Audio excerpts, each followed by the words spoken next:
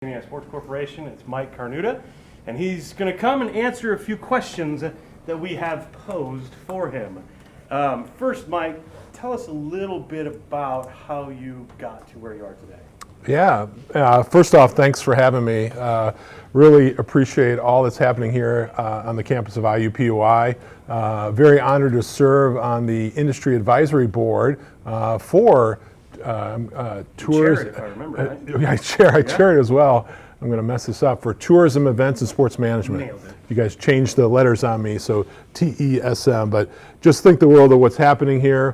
What I think the most of, and what motivates me to serve on the board, is what I'm seeing from the students. And that's the level of engagement and participation and commitment that I'm seeing related to your careers.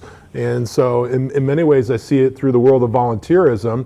I just see how engaged you guys are in the city, doing different things, whether it's the Monumental Marathon, whether it's Indiana Sports Corp events, whether it's things on campus. It's incredibly impressive. The attendance tonight is incredibly impressive, especially after hours like this. So keep it up. You guys are doing a great job related to advancing your career, learning, growing, and then gaining experience that I have no doubt will be incredibly supportive of your goals and your end game as it relates to what you want to do. So appreciate the question, Jeff. My path to sports and events is kind of interesting. I graduated from Miami of Ohio, which is in Oxford, Ohio, with a degree in history and political science, if you can believe that. And the original vision and thought was that I was going to go to Washington, D.C. It was at a time where I really was interested in Washington, D.C., and I thought I would do that for a career. Went out there, did some informational interviews, and this is, again, back in 1990.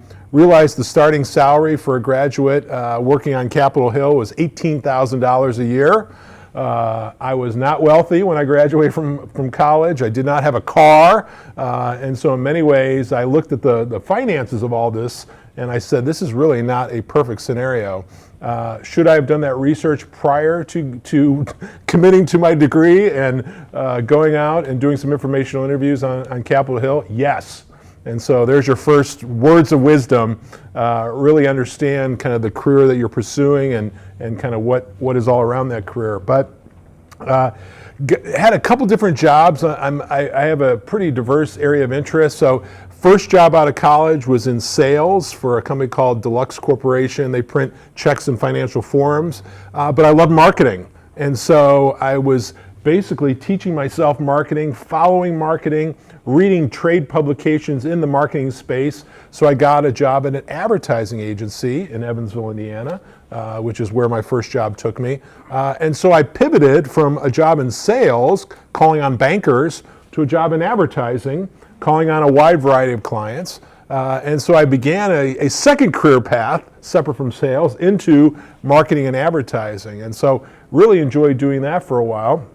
But then, eventually I got my way, I won't give you all the history, but eventually I got my way to Indianapolis, and I saw an organization that captured my interest based on the things they were doing in the city, and based candidly on my belief that Indianapolis as a city was under-marketed.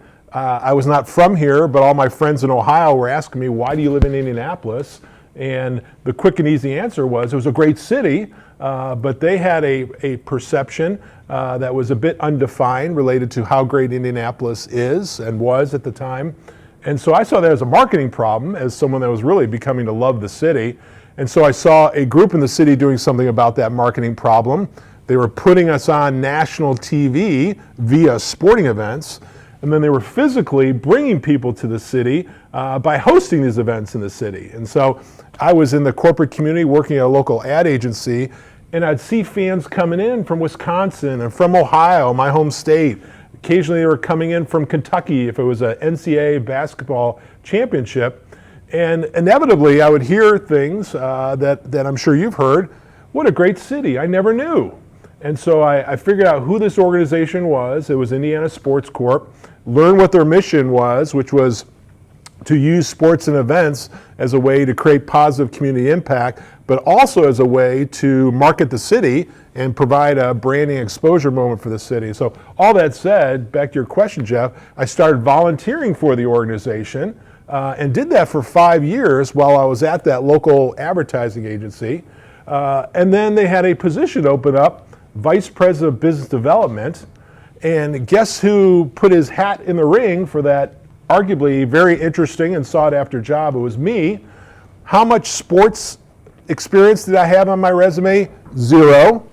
How much fundraising, which was kind of the main role, the main responsibility of that job, how much fundraising experience did I have? 0. How much not-for-profit leadership experience did I have, which is essentially what that role was, Vice President of Business Development for Indiana Sports Corp. We're a standalone not-for-profit. 0. So literally, I got hired for a kind of senior level job with 0 sports experience, 0 not-for-profit leadership experience, and 0 traditional fundraising experience.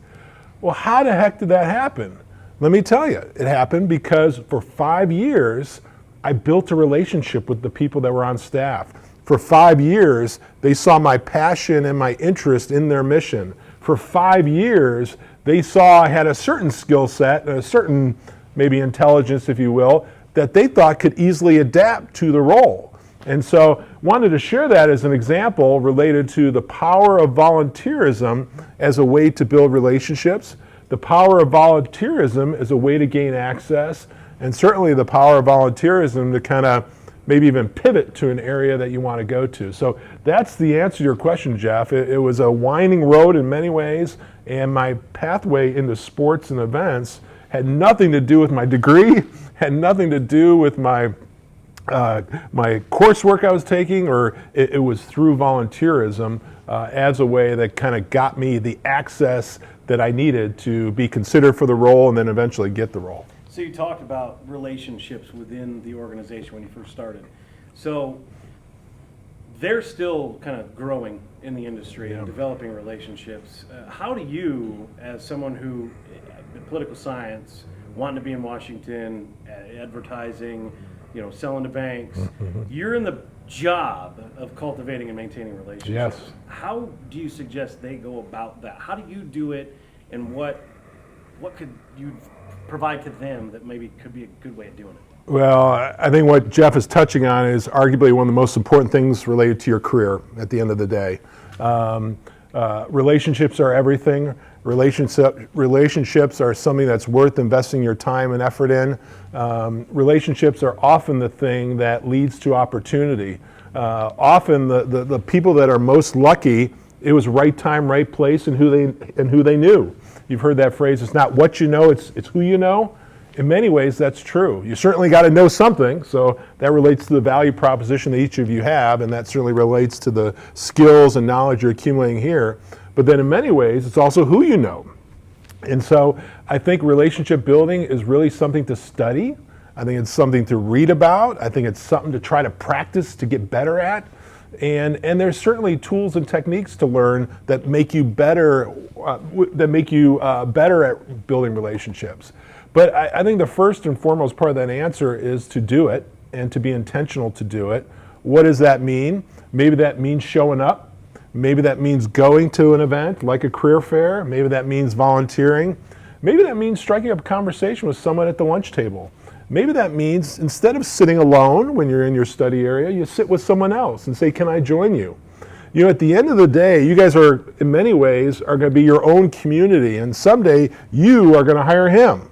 And I don't know when that's going to happen, but because you guys built a relationship while you were here, because you got to know each other as human beings, you will potentially support and serve each other. And so what can you do to do it? I would say study it, understand it.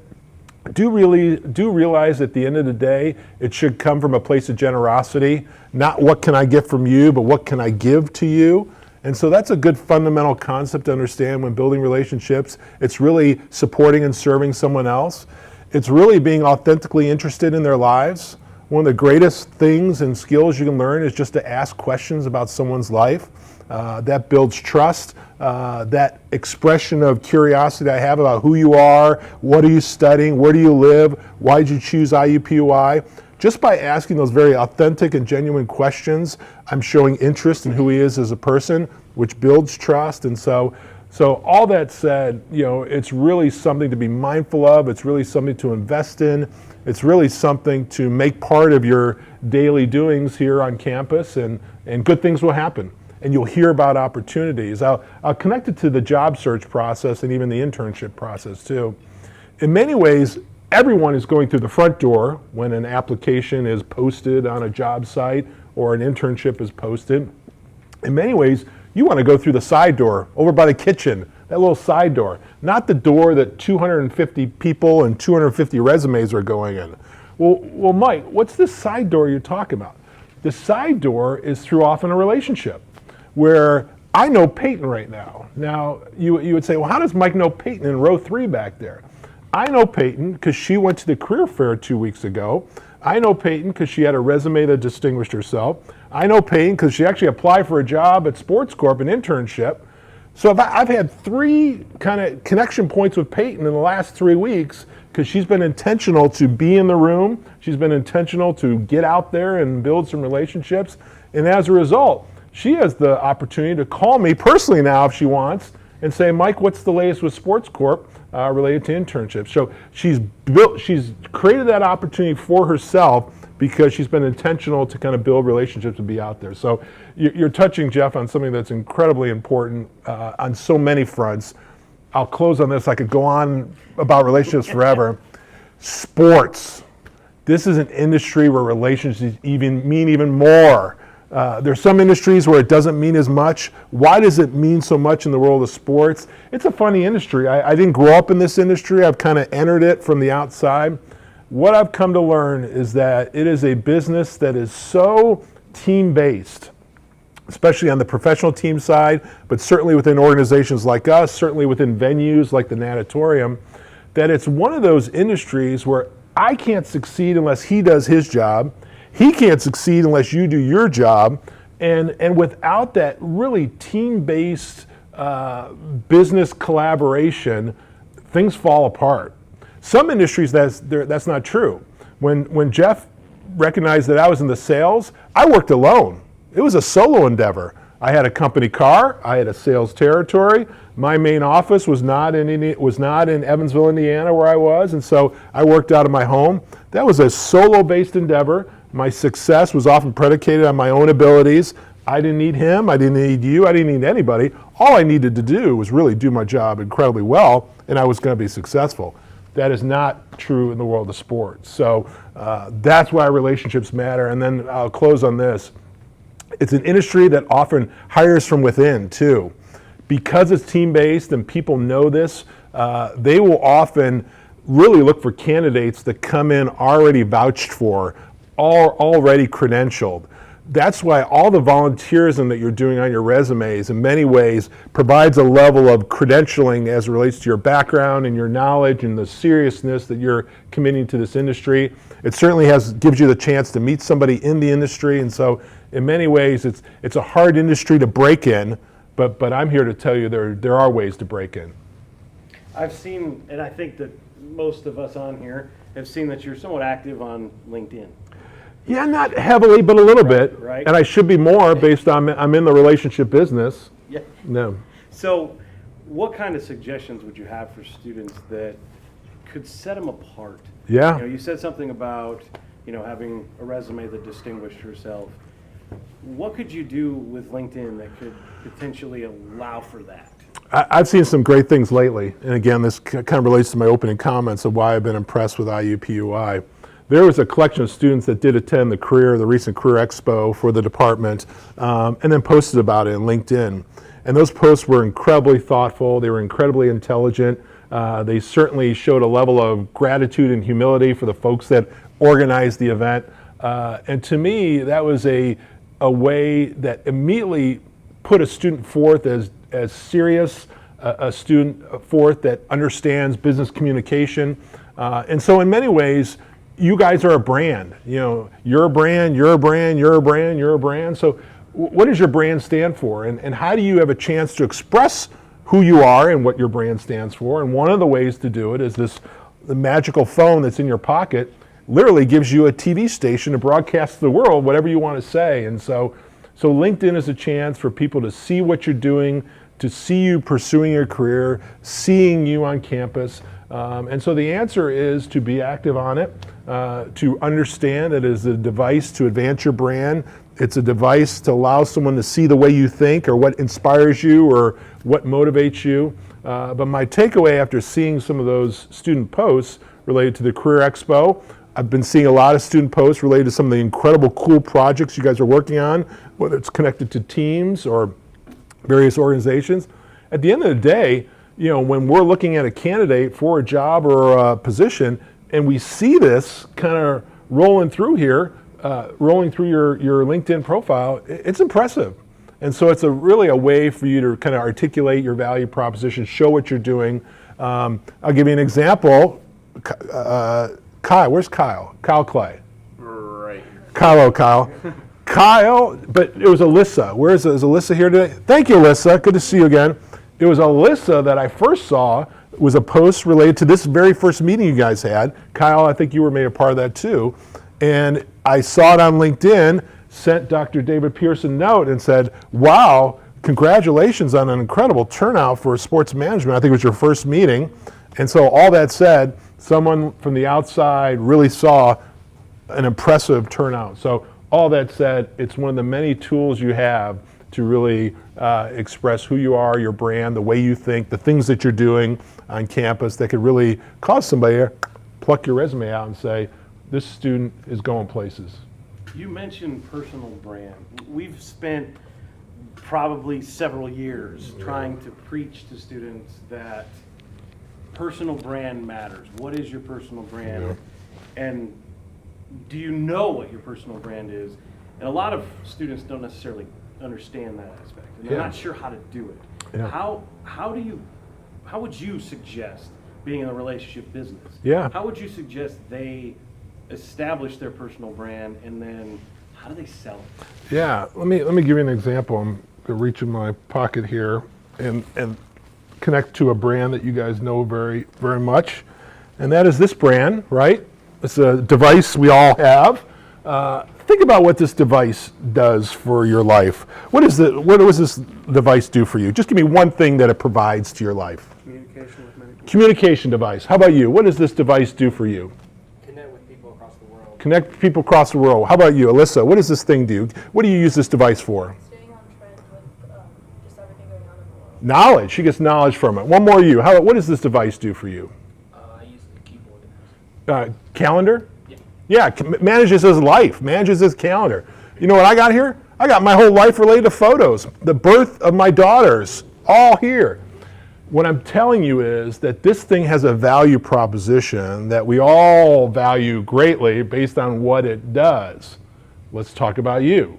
You have a value proposition, and in many ways, a personal brand, just like this brand has a value proposition, you have a value proposition, and that value proposition is to a future employer. That value proposition is to a future internship. That value proposition is kind of what you offer the world in many ways, not just work-related stuff and job-related stuff. It's the way you go about your business with friends. And so at the end of the day, when you think about your personal brand, think about these two words, value proposition. And that value proposition is something that you're building. Many of you are freshmen, you're just getting started. But what you have the ability to do is to advance your knowledge, your expertise, your skill set, the things that you might offer the world at a future date. And again, I don't want it just related to jobs. I want it to be related to the kind of human being that you are. At the end of the day, hopefully your value proposition is that you're a really good human being. I mean, let's start there. But as it relates to your career, you really want it to be the things that you bring to a role, the things that you bring to a company. And so in a very simple answer, I would say focus on that. Absolutely, a brand is made up of the sum of all the parts. So when it comes to interviewing, when it comes to your habits, verbal and nonverbal communication, that entire composite really makes up your personal brand. But at the end of the day, it's your reputation, and it's the reputation that often precedes your arrival. The best brands actually, people know what it stands for even before you engage with it based on its reputation. So be mindful of your reputation. Certainly think about what you want to be famous for with friends, with teachers, within your industry, and that is your personal brand and something that, again, is in your control. And if you don't like the answer where your value proposition right now is, change it. You guys are just getting started. I'm still getting started, and I'm 50 years old. So keep advancing your value proposition at the end of the day. So the value proposition, how do they sell it? How can they, I guess, what strategies could they use that maybe could sell their LinkedIn profile, could sell their resume, could sell their portfolio, or whatever they're doing? What kind of strategies would you suggest? A couple things. LinkedIn, absolutely. So again, using the Alyssa example, somehow her post was of interest enough for me to cause a chain of events to happen. And so part of it would be to sell it means to be out there in many ways. The luckiest people in the world that I know were in the room. And so what's the room? The room is anywhere, any place that could be beneficial to you moving forward. You guys made a choice to be here tonight. How many of your colleagues did not choose to be here for whatever reason? Some probably couldn't make it because of work. Some just didn't want to go. Some just were tired and wanted to go home. You chose to be here. Hopefully at the end of the day, in this little talk we're having today, there's one little nugget of information that's going to cause you to say, that was worth my time. The career fair that Peyton was at, she was in the room.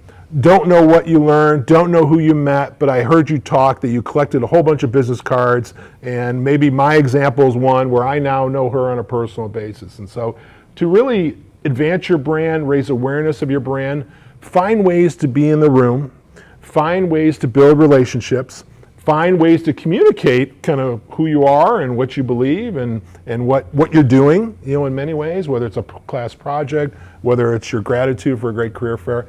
That's how you elevate your profile at the end of the day. And over time, people will get to know you. There have been several students that I've gotten to know over the years here that with frequency of seeing them over and over and over, I'm like, there's Corey Davis. There he is again. And it was through volunteerism that I got to meet Corey Davis and others. And again, you guys all have that ability at the end of the day to kind of elevate your profile. I'll say one last thing. You can do that incrementally by yourself. My real recommendation would be find an existing community that exists, like this one right here, and elevate your profile within that community. And you can do that through leadership roles, through volunteerism, just through showing up every day, through building relationships with people. So the reason that matters is if you do it incrementally by yourself, maybe separate from this organization, that takes a lot of time. That's a lot of Starbucks coffee meetings. That's a lot of Chick-fil-A at lunch, meeting a new person. So find an existing community and then just elevate your profile within that community, and then they all know you within that world. Does that make sense? So find communities wherever they are on campus. Sports management is one community. I'm sure there's other communities, student government, there, other extracurriculars, certainly your volunteer things. So find existing communities, elevate your profile within that community, and good things will happen. So the final question that we kind of structured was, you talked about volunteerism. Obviously with Indiana Sports Corporation, you have all kinds of opportunities going through the city. So they volunteer, they get out, they do it, they do the jobs that are asked of them, but how would you suggest that they can get the most? Even if an experience is mopping the floor or standing in a door, how can they get the most out of those experiences? Don't waste the moment. You will be given a task, an assignment related to that volunteerism, and absolutely do that to the best of your ability. But instead of just standing there and not talking to the person to your right and the person to your left, and instead of not seeing that this person at the Monumental Marathon is the boss of the event, I think you guys are all very intelligent and observant, and you can see kind of who's running the event. Well, you showed up on a Saturday morning when others are sleeping. Don't waste an opportunity to maybe introduce yourself to somebody and say, my name is Ken, I'm a senior at IUPUI. I just want to tell you, I really enjoy volunteering for your event. And one of the greatest benefits, again, to volunteerism is not just the experience that you can add to your resume, it's access. Access to decision makers. It's access to people in power. It's access to people that can hire you and benefit your life. And so to really maximize that moment, I would say twofold. One of which is don't be afraid to introduce yourself. Don't be afraid to say hello. And then the other thing is to be incredibly observant. to view that volunteer moment as an incredible learning opportunity. And so while your task may be standing on the street corner pointing to the left, absolutely walk around the event when you're done or when your assignment's over. Absolutely ask questions if you get a chance. You see somebody doing a job, they don't mind answering the question. How come you guys blocked off the street this way? Well, we blocked it off because we got to really make sure that this happens and the police can get through. Oh, didn't think about that.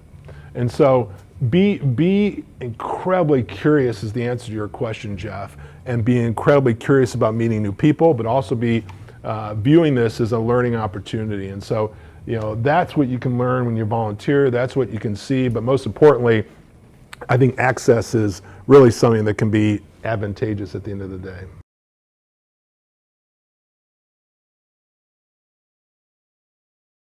Boy, it's everything you just said. You're absolutely right. In many ways, it's also related to kind of something that will advance your knowledge. I'll answer it kind of coming straight out of college, and I think it's a couple things. I think it's a chance to learn a lot in a short period of time. That would make for a good organizational opportunity. And the beauty of sports and events, in many ways, you will get that chance. It is one of those industries just based on your initiative and based on your work ethic and your willingness to say, yes, I will do that beyond my job description.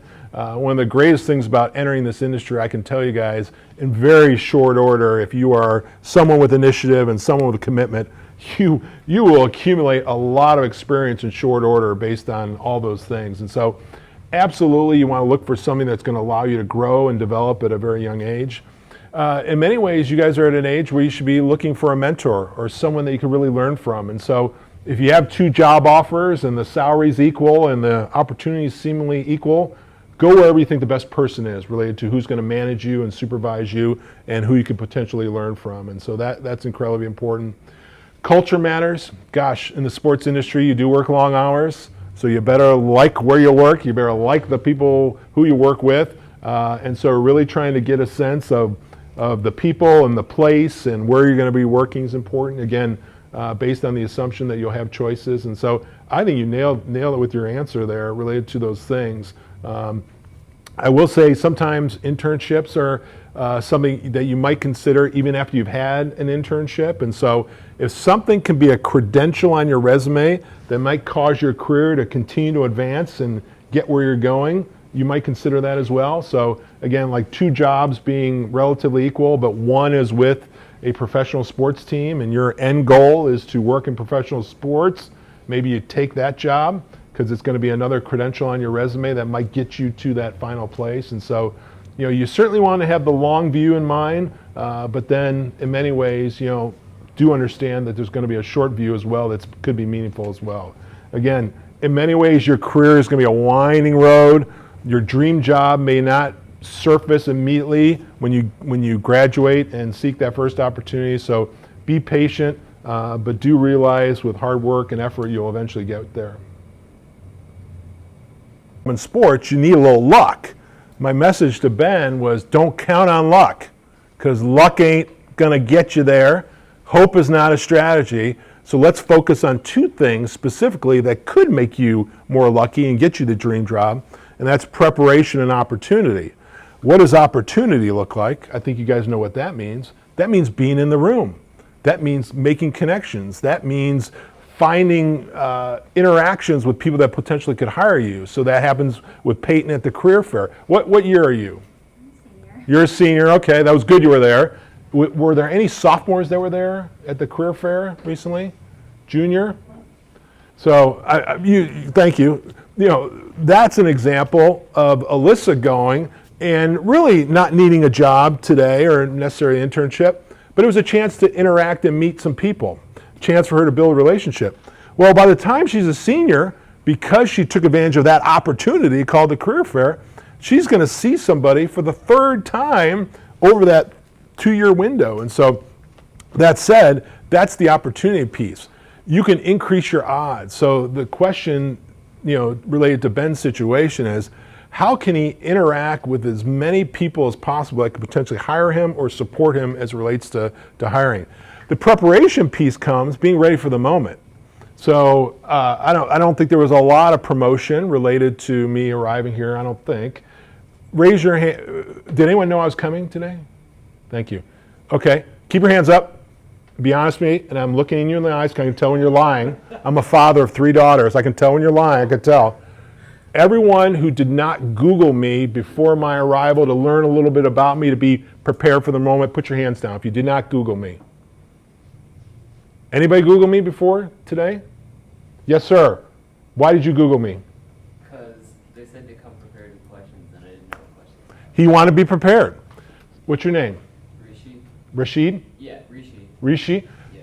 Thank you, Rishi. I know now Rishi's name because it was incredibly flattering, and I'm impressed by his preparation. I will always remember him. I will not remember any of the rest of you.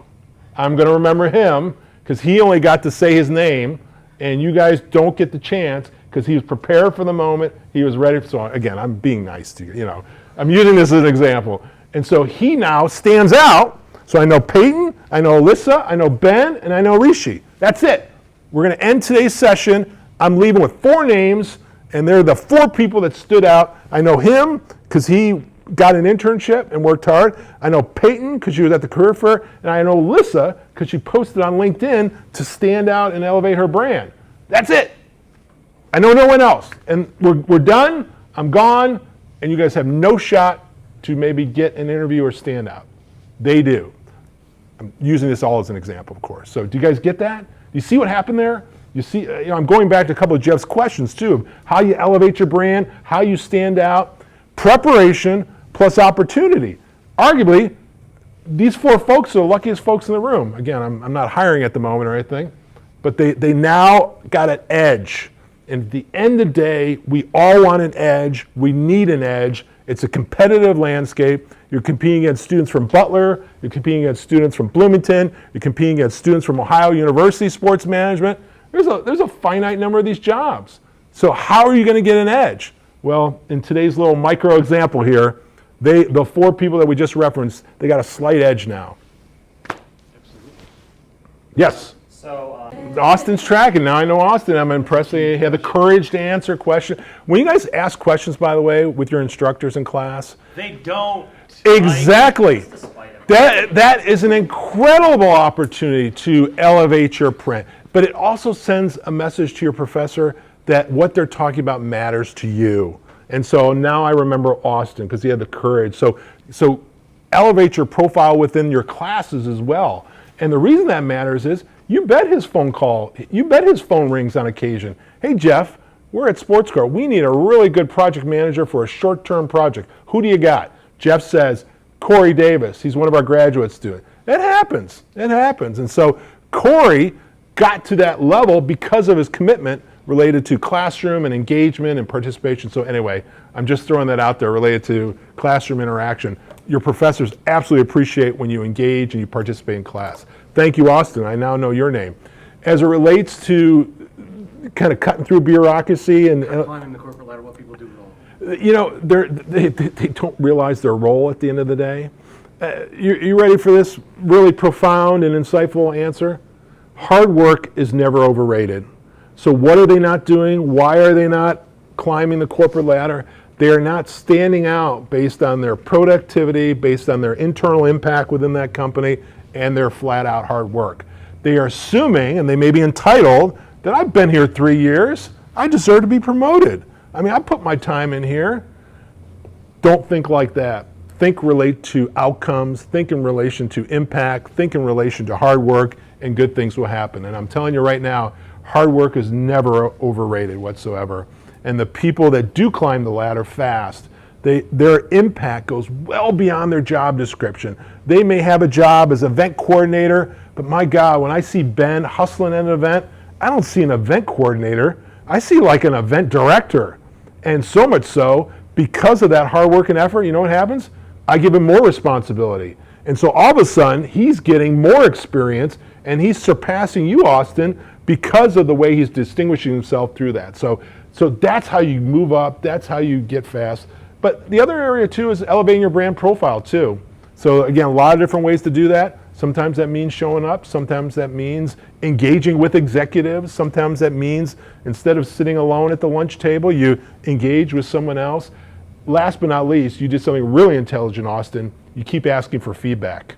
And you keep asking your supervisor and the folks that are in leadership, I want to keep advancing in this company. What do I need to do? A lot of times that conversation only happens at the end of the year during the performance evaluation, performance review evaluation. The smartest people that I know are always asking for feedback. They have a growth mindset. They're always thinking themselves, I can get better, I can grow.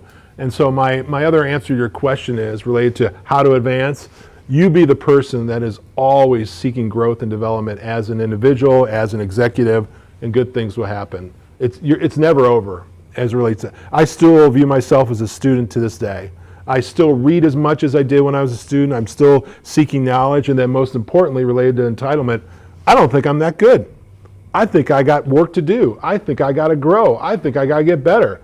I've never thought I've reached the pinnacle and the plateau, and I can't stop growing and developing as an individual. So again, great question, Austin, and I encourage you to kind of seek that knowledge out at the end of the day of what do I need to do. That's a perfectly legitimate question to check with your supervisor and ask, what do I need to do to keep advancing and growing and developing? Great question. Yes, I did think, and I even to this degree do think it's undermarketed. And in many ways, it's because we're not a natural destination city for tourism and visitation. Some cities like New Orleans, some cities maybe out in Colorado where there's ski slopes, they naturally get a lot of people coming in their community. In some ways, Indiana, not liking this in any way, is considered flyover country.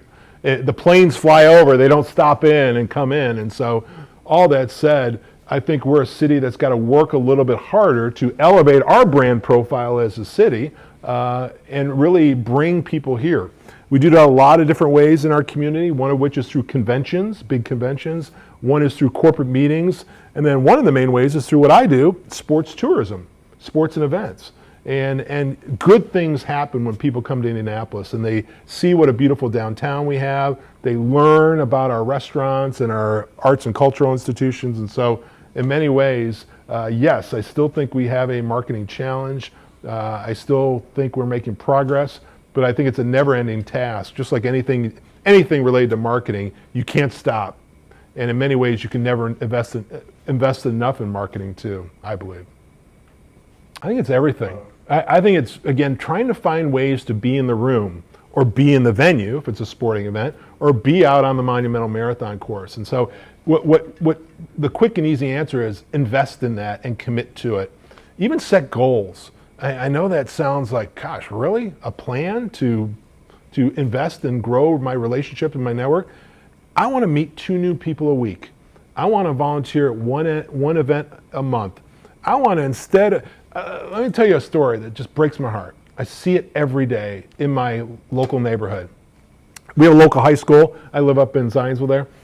And all the high school kids stand on the street corner waiting for the bus, okay? And there's 14 of them. And I see this every morning and it blows my mind. They all have their earbuds in and they all are looking at the phone. All 14 of them lined up in a row. And I've seen this play out week after week after week, month after month after month. And I've come to conclusion, they stand at that stinking bus stop in the cold and rain sometimes. They don't even know each other and they live in the same neighborhoods. I'm not kidding. I have never seen them cluster and talk with each other. It's 14 kids in a row, earbuds in, head down, and they live in the same neighborhood. They can go drinking together or something, stealing their parents' beer if they wanted to. They're not even that organized. They're not even that smart. And so back to your question, I think it is really just committing to it, maybe setting some goals to do it. And then, yes, some one-to-one outreach sometimes. We live in a world where you'd be amazed sometimes when all you got to do is ask. The most successful people in life, you know what? They weren't afraid to ask. Oh, sure, you might get rejected or someone says they're too busy or I can't do it. But I'm telling you, the most successful people in life that I know, 2 things. They weren't afraid to ask, and then they were in the room at the end of the day. So that relates to relationship building and networking. Again, you always, I will say this, and this relates to research and my friend over here, be prepared for the moment. if someone is willing to give you their time and is willing to meet with you and spend some time with you, be prepared, be ready. You guys are doing a great job with these questions and the research and this class even. Again, I'm so impressed with all of you guys and your commitment to your career that you're here tonight. So feel really good about that. But what's equally impressive to me is the level of preparation and being ready for the moment. And there's nothing worse to go have coffee with somebody related to Sports Corp. So Mike, what's your next event? It's on my website. Are we going to really talk about this? Let's talk about something better, like getting hired and how to break out from a networking standpoint, and how do you build an authentic relationship, and what do I need to do to get a job? Let's talk about that stuff. Let's not talk about stuff Google can answer. So never ask a question in an interview or for an internship or when you're networking stuff. Never ask a question that Google could answer. The questions you should ask is, Google that thing, and then put the knowledge and the insight you've accumulated together and ask a really deep, insightful, and thoughtful question. Mike, Sports Corp has 4 major sporting events coming together in the years 2021 through 2022. How are you guys going to manage 4 mega sporting events in an 11-month window? That's a really interesting question. We're going to use volunteers. We're going to form a local organizing committee. We're going to shift from one event to another with the same volunteer. That's not a question that Google can answer. You need Mike to piece all that together. But it'll really make your personal brand stand out.